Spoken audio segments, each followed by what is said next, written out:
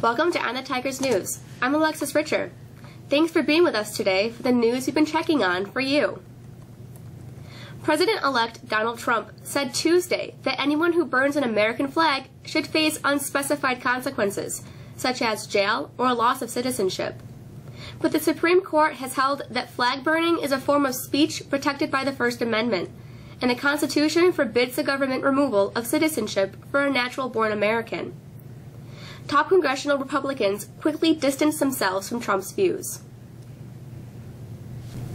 President-elect Trump said early Wednesday that he's leaving his business empire to focus on being the nation's 45th president, bowing to pressure to avoid potential conflicts of interest between governing and profiting in the private sector. He said legal documents are, quote, being crafted which take him completely out of business operations, end quote. He added, saying the presidency is, quote, a far more important task, end quote. House Democrats re-elected Nancy Pelosi as their leader on Wednesday late morning, despite disenchantment among some in the caucus over the party's disappointing performance in elections earlier this month. The California lawmaker, who has led the party since 2002, turned back a challenge from Ohio Representative Tim Ryan. The secret ballot vote was 134 to 63. Of course, Pelosi was the House Speaker a brief time when her party controlled the House. With flames dripping from tree branches and the air filled with embers, thousands of people raced through a hellish landscape as they fled wildfires that killed 3 people and destroyed hundreds of homes and resorts in the Great Smoky Mountains. The fires spread quickly on Monday night, when winds topping 87 miles per hour whipped up the flames, catching residents and tourists in the Gatlinburg area by surprise. Police banged on front doors and told people to get out immediately. Some trekked 20 minutes to catch life-saving rides on trolleys using reserved for tours and wedding parties. In all, more than 14,000 residents and tourists were forced to evacuate the tourist city in the mountains, where some hotspots persisted and a curfew in place Tuesday night. At least 21 civilians were killed in a wave of artillery fire in East Aleppo on Wednesday morning that struck a neighborhood crowded with some people displaced from other parts of the city. It was the second time the neighborhood in the rebel-held eastern side of the city was struck in as many days. An airstrike blamed by activists on the government killed 25 civilians Tuesday. Meanwhile, 8 civilians, including 2 children, were killed in shelling on the government-held western side of the city, according to state media. The government blamed rebels for the attack.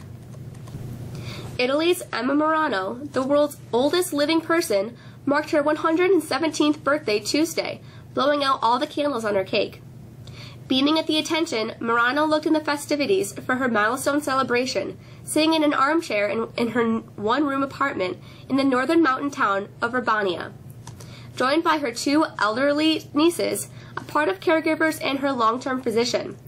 She received a greeting from Italy's president read by an official wishing her, quote, serenity and good health, end quote. Above normal temperatures remain in place, but not for too much longer. Here's Mr. Charbonneau with the forecast.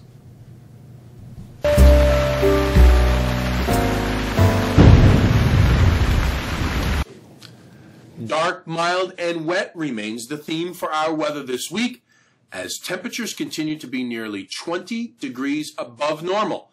Now, we've got some light rain for most of our Wednesday, and more steady rain on the way for Wednesday night.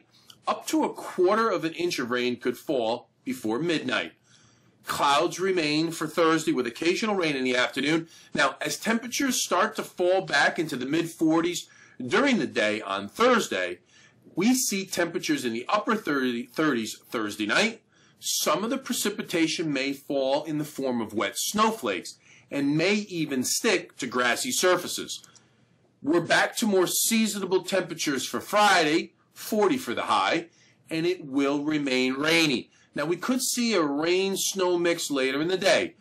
Rain and maybe some snow showers for early Saturday, with highs only in the mid-30s, which is much more seasonable. Maybe a peak or 2 of sunshine for Sunday, but again, the chance of a rain-snow mixture Sunday night into Monday. Now, some long-range indicators show that maybe a significant system comes in later in the week, bringing some more significant snow. We'll check on that. That's the forecast. We hope you have a great rest of the week. I'm Michael. The Syracuse Orange suffered the second straight loss on Tuesday night. Josh Yurden has a story in sports.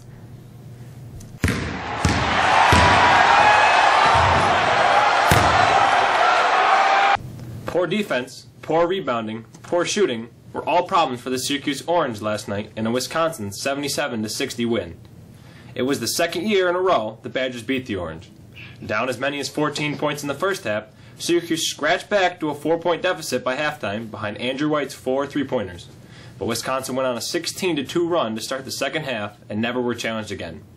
Most striking was Syracuse defense that gave up open jump shots and was out-rebounded 25-9 in the second half.